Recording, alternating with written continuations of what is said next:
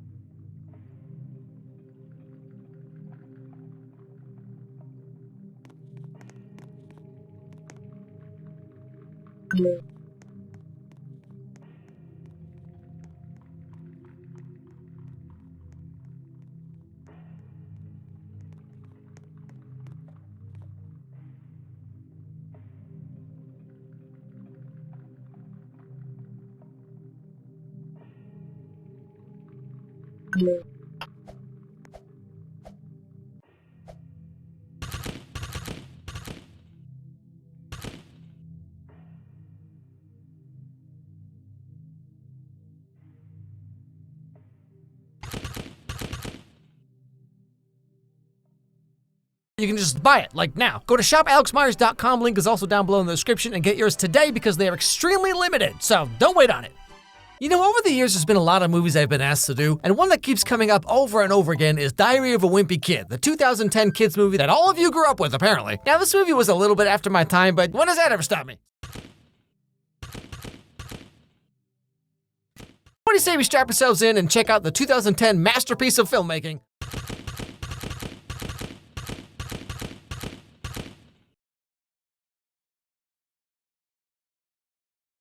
Diary of a Wimpy Kid. But before that, really quick, this video is brought to you by Raid Shadow Legends. Let me tell you about a free game called Raid Shadow Legends. You probably already know a lot about it, whether you want to or not, but just in case you're unfamiliar, Raid Shadow Legends is one of the biggest mobile RPGs on the market right now, with over 600 champions you can get in your party, each of which comes from their own faction, and each of these has their own history and the huge overarching story of the world of Teleria. Now this month, Raid just brought the latest addition to its huge boss roster, the Hydra, which is a superpowered clan boss. It's got multiple different heads, each one has unique mechanics. It can share pain and push damage from itself onto your team. It can scare your champions, rot them from the inside, which is kind of how I feel most of the time, you know what I'm saying? But whatever, anyway. It can cloak itself in a cloud of poison, and a ton more crazy different things it can do to you. Now, if you can cut off one of its heads, though,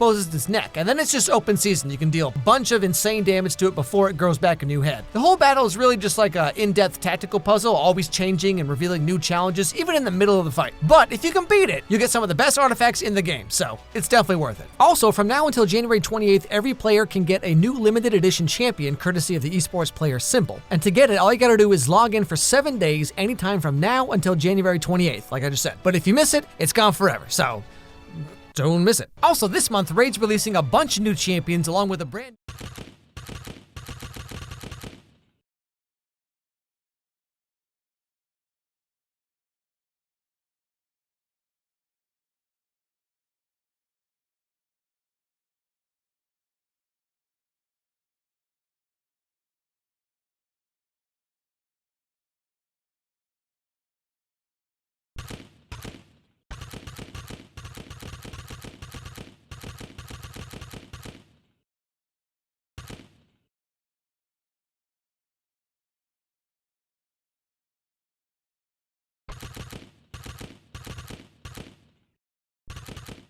Faction Wars Crypt for the best faction of the Shadowkin, so right now's the best time to get started with Raid, and if you use my link in the description or scan my QR code, you're gonna get some free resources and a free mystery champion straight away to kickstart your game. And you can find all these rewards right up here. So again, click the link down below or just scan this QR code to start playing Raid Shadow Legends today. Okay, back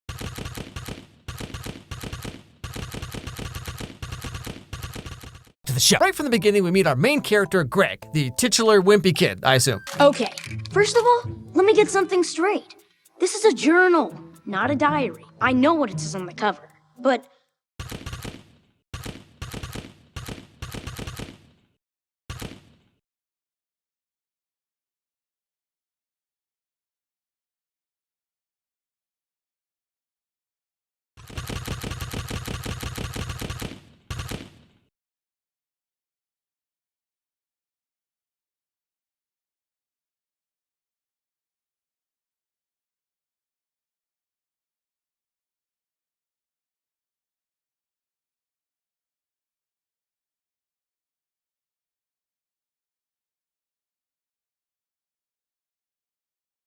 when my mom went out to buy this thing, I specifically told her not to buy one that said diary on it. This just proves Mom doesn't understand anything about kids my age. Oh man, ain't that the truth? Like, you find out real quick whether or not your parents were losers in school when you become a teenager, and they start giving you just the word.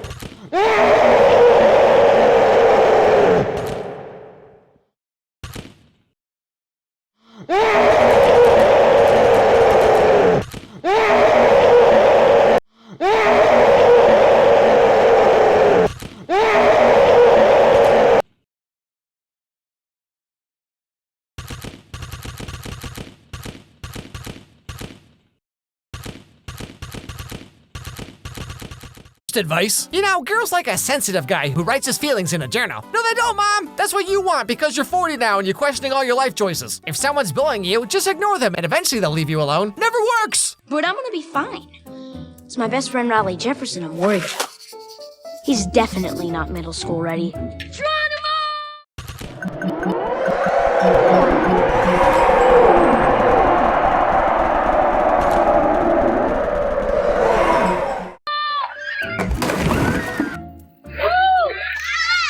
He's not quite clear on the concept of growing up. Well, I mean, hey, I watch Disney movies for a living, so who am I to judge? Anyway, so finally, Greg wakes up on the first day of school, and after getting a face full of the old French onion soup surprise from his brother Roderick, he also gets some valuable advice about how to survive middle school.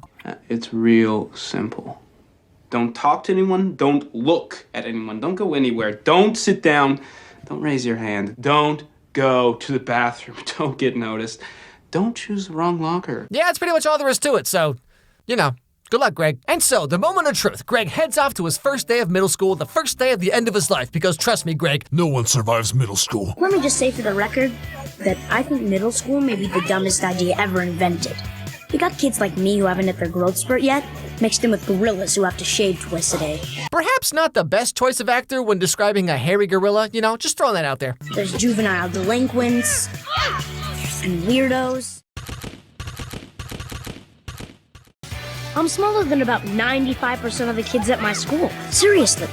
I don't know what happened to these kids over the summer. Yeah, you know, real talk, okay? Middle school is just the worst thing. You know why there's hardly any movies about middle school? Because nothing good ever happens there. Middle school is just like all your anxieties about, you know, everyone's watching me and they're all gonna make fun of me. But like, actually, yes. Kids in middle school are just always doing these like SWAT team reconnaissance missions, trying to find anything they could possibly bully you about. Look at this kid. You see how her face is like totally normal? Well, let's tell her she has a weird nose and forehead and ruin the next 20 years of her life. Hilarious. Hey, Greg! You wanna come over?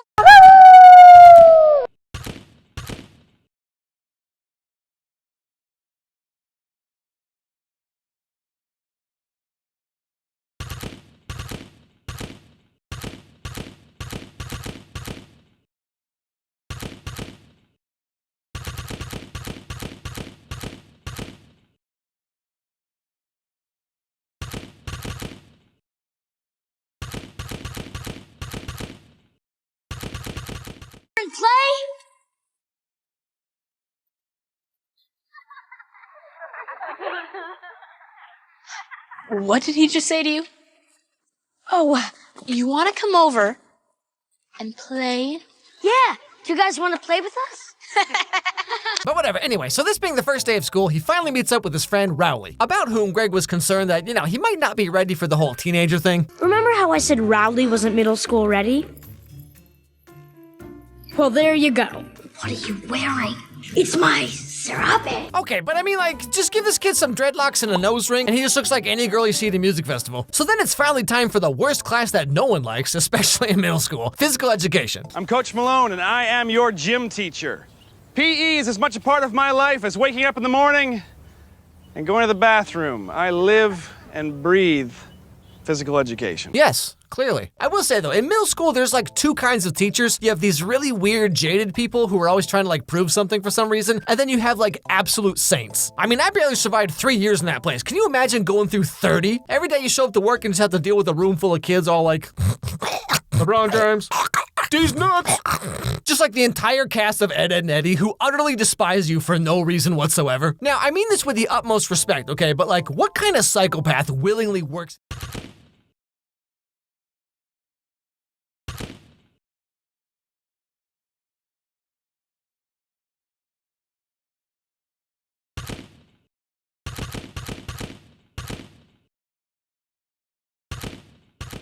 Middle school. Anyway, so gym class gets going and they end up playing the time-honored traditional sport of middle school, which at my school was called beat the crap out of the kids who don't wear American Eagle. But Greg and Rowley pretty quick realized that this whole PE thing might not be for them. We'll hide here for the rest of class. It's barbaric. It's completely barbaric. This place is an intellectual wasteland. But, you know, it's nice to meet someone more interested in his mind than his body. What? Dude, you're like in 7th grade. What kind of meathead bodybuilders are you going to school with? Hey there. FYI, I just hit puberty, so now I can bench press 3 boxes of Lucky Charms. Ugh, that's the 4th one this week. I sure wish I could find a guy who writes his feelings in a journal. Anyway, so this is Angie, just your average done with the world jaded 12-year-old who's sick of the rat race and just wants to like live her truth, man. She also reads books, dresses all hipstery, has a pink stripe in her hair, and has a beret, so yeah, she's so cool. But you know, real talk, a girl like this in middle school is like a total weirdo that no one would ever talk to. But you know she's gonna go off to high school and college and just ruin so many people. Anyway, after talking to this girl for a while, cooties, gross, they wait until it's safe and head back to the blacktop. And here's where they meet the most important character of the whole movie, the cheese. Stop! Good God, man! You almost got the cheese touch. Whole movie, the cheese. Stop! Good God, man! You almost got the cheese touch. The what? The cheese touch. Nobody knows when or how, but one day, that cheese mysteriously appeared on the blacktop. It's just like the most middle school thing ever. So the story goes that the cheese just magically appeared one day, then this one kid touched it and got the cheese touch. Which means no one could ever talk to him or get close to him ever again. And so the cheese sits, patiently waiting for its next victim. Wow. This is a terrible place. So having barely survived the day, Greg and Rally head home. And on their way there, they run into Roderick and his band, Loaded Diaper. Loaded Diaper. Hey, little brother. Is your first day as crappy as I said it would be? Not at all. You were wrong. It was actually been worse. You didn't listen to me, did you? I told you not to talk, look, or go anywhere, and what happened? He had to eat his lunch on the floor. And so pretty much the rest of the movie is Greg desperately trying anything he can think of to be cool in middle school, which is pretty much how you could describe like all these dudes.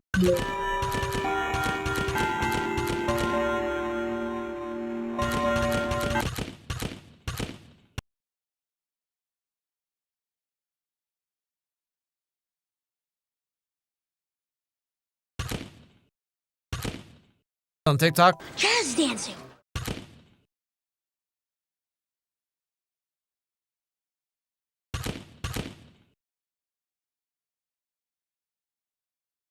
We could do that one together. I need something to make me a class favorite. What about class favorites? Oh, Greg's only here because he really wants to. Rowdy! I was just saying that I would really like to nail these people because it's so obvious that they're only doing these activities to get in the yearbook. Oh, well, shoot, that's some big talk from a kid wearing a shirt with a plug and a light socket on it. What even is this? You know, I'm starting to think Rally might not be your biggest problem there, Greg. Anyway, so Greg keeps dragging Rally around in his quest to become popular, and they try a bunch of different things like school musical, safety patrol, dressing for success. They even go so far as trying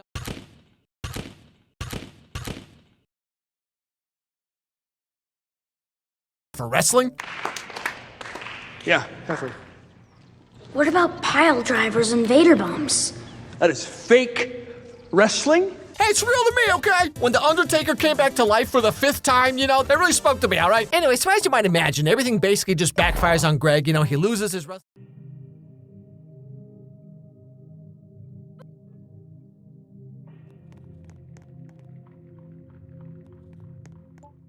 match to a girl. He ruins the musical. The only girl who will talk to him is Angie over here. I mean, he knew middle school would be rough, but like, come on.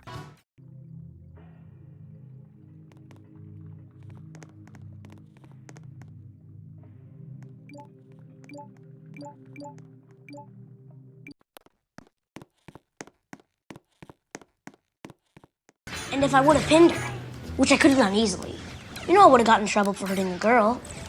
Why does she even want to wrestle? Who knows?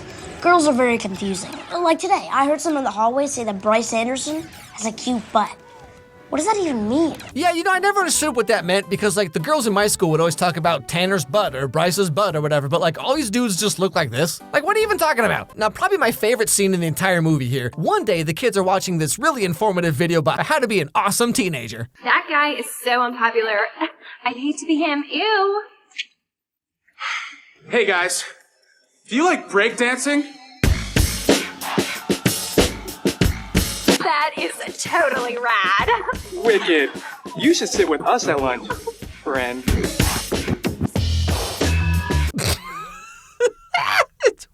What? Imagine trying to win the favor of a dude with this phone right here. Also, why is there a breakdance floor in the library? What kind of school is this? Also, I love how this dude goes from this to this. But you know, after 2 years of pandemic lockdowns, I get it. Also, like, come on, being a loser in high school isn't that bad. I mean, I didn't have any friends, and guess how many magic tricks I can do now? I don't know about anyone else, but I know what I learned. It is awesome to be me. The problem with Rowley is that he's not enough like me. I can't ditch him because he'd be lost without me. But maybe I can fix him. You think you can fix him? What, are you like all my ex-girlfriends?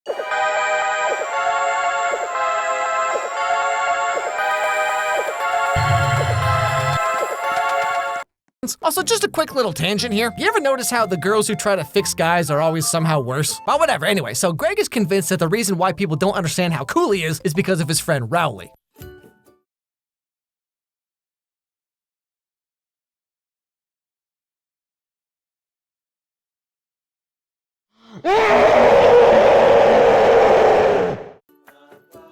No. You look like one of